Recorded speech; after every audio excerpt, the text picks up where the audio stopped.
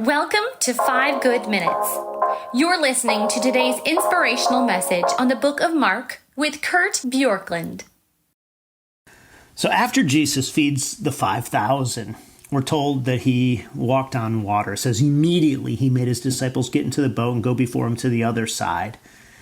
And he dismissed the crowd. And after he had taken leave of them, he went up on a mountain to pray. And when evening came, the boat was out on the sea, and he was alone, and he saw that they were making headway painfully, for the wind was against them. And about the fourth watch of the night, he came to them walking on the sea. He meant to pass them by, but when they saw him walking on water, they thought it was a ghost, and they cried out, for they all saw him and were terrified. But immediately he spoke to them and said, "It is I, take heart. Do not be afraid." And he got in the boat with them, and the wind ceased, and they were astounded. And then it says this, verse 52, "For they did not understand about the loaves, but their hearts were hardened." And here, this is Jesus, I think, pointing back to this idea of unbelief. And now it's in the disciples. They didn't understand why. Their hearts were hardened, meaning they couldn't really believe. They were incapable of this. And so why don't we gain insight? Well, sometimes we judge by our circumstances. Back in the situation where they didn't gain insight, which was the feeding of the 5,000, they looked around in verses 35 and 36 and saw the circumstances, said there's no way we can feed all these people. Sometimes it's because we use human reasoning. Verse 48, it says this, it says, when they saw him, they saw that they were making headway painfully. The wind was against them. And about the fourth watch of the night, he came to them on the sea, and he was about to pass them by. Well, human reasoning says people don't walk on the water. So even though they had seen him just feed 5,000 people, their human reasoning says this isn't how it works. Verse 51, they were going on past experience. It says, and when they got in the boat, the wind ceased, and they were utterly astounded. People don't do this. Our history has taught us this.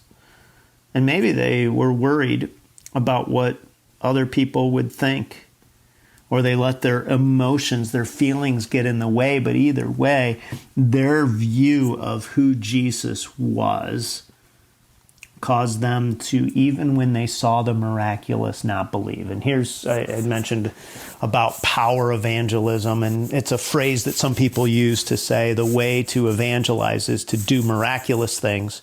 So trust God to do the miraculous, and then people will be evangelized. But a reading of the New Testament suggests that even when people see the miraculous, that there's still a lack of understanding, a hard heart. In other words, we give other explanations, other ideas. And so Jesus, we're told, verse 53 and following, crossed over and came to the land and moored to the shore. And when they got out of the boat, the people immediately recognized him and ran about the whole region and began to bring sick people on their beds wherever he was and wherever the villages or countryside. And they laid the sick in the marketplaces and implored him that they might touch even the fringe of his garment.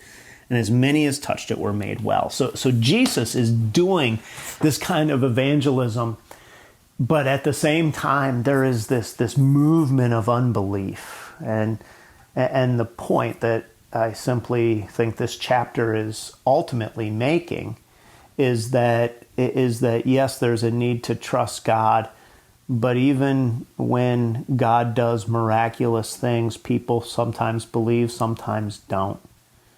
And the issue ultimately is not believing that God does miracles, but believing that Jesus is God and is the Savior.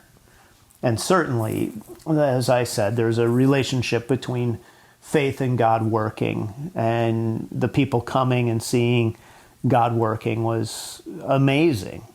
And sometimes we can read these stories and rightly say, how do I move myself to be in a place where I'm believing that God can and will do things, and yet not so dependent on that thought that I cannot believe God if things don't go the way that I think they should go.